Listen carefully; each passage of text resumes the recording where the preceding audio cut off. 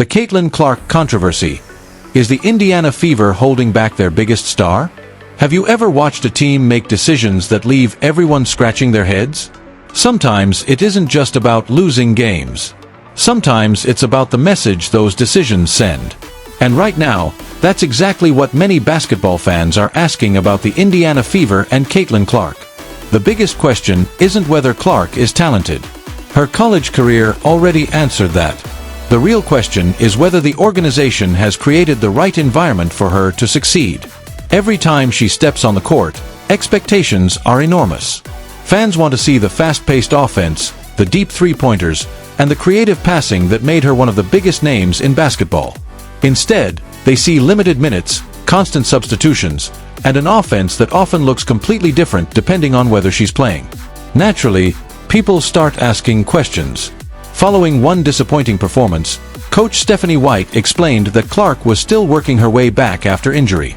According to the coaching staff, rebuilding endurance takes time, and managing minutes is necessary to protect her health. From a basketball perspective, that's a reasonable explanation. But many fans aren't convinced. Their argument is simple. If a player is only going to appear for 2 or 3 minutes at a time before sitting again, how can anyone expect that player to establish rhythm? Basketball is built on momentum. Confidence grows through continuous play, not by constantly stopping and starting. That's where frustration begins. Instead of looking like a carefully designed comeback plan, the rotation appeared confusing.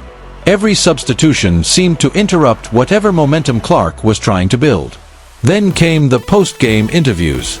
Coach White emphasized team defense, turnovers, missing players, and communication. She repeatedly mentioned that the team was still adjusting and that everyone needed more time to reconnect after injuries. Those comments weren't directed at Clark personally. However, many viewers interpreted them differently.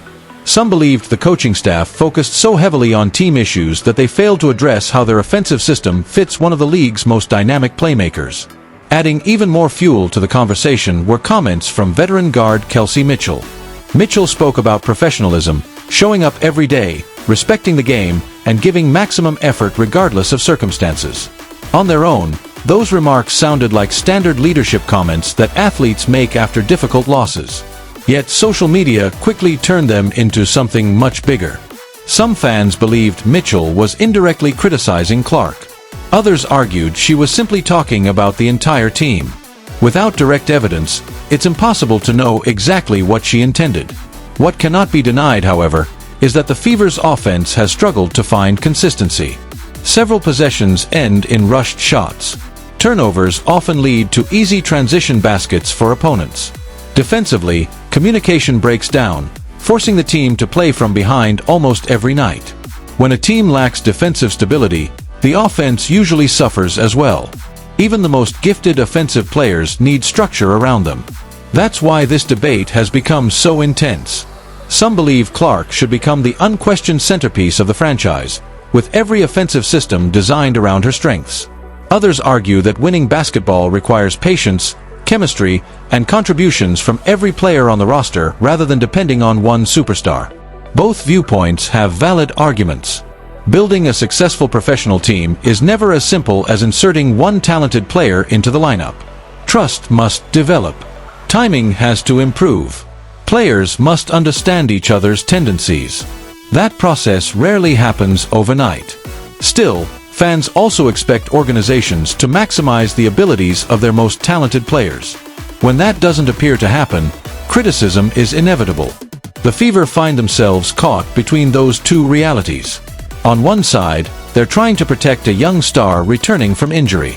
On the other, they're facing growing pressure from fans who want immediate results. Every substitution is analyzed. Every coaching decision is questioned. Every post-game interview becomes another headline. Whether fair or unfair, that's the reality that comes with coaching one of the most talked about athletes in women's basketball. As the season continues, one thing becomes increasingly clear. The discussion is no longer just about wins and losses. It's about identity. What kind of basketball does this team want to play? Who is expected to lead that vision? And how can every player contribute within a system that allows everyone to perform at their highest level? Those questions remain unanswered.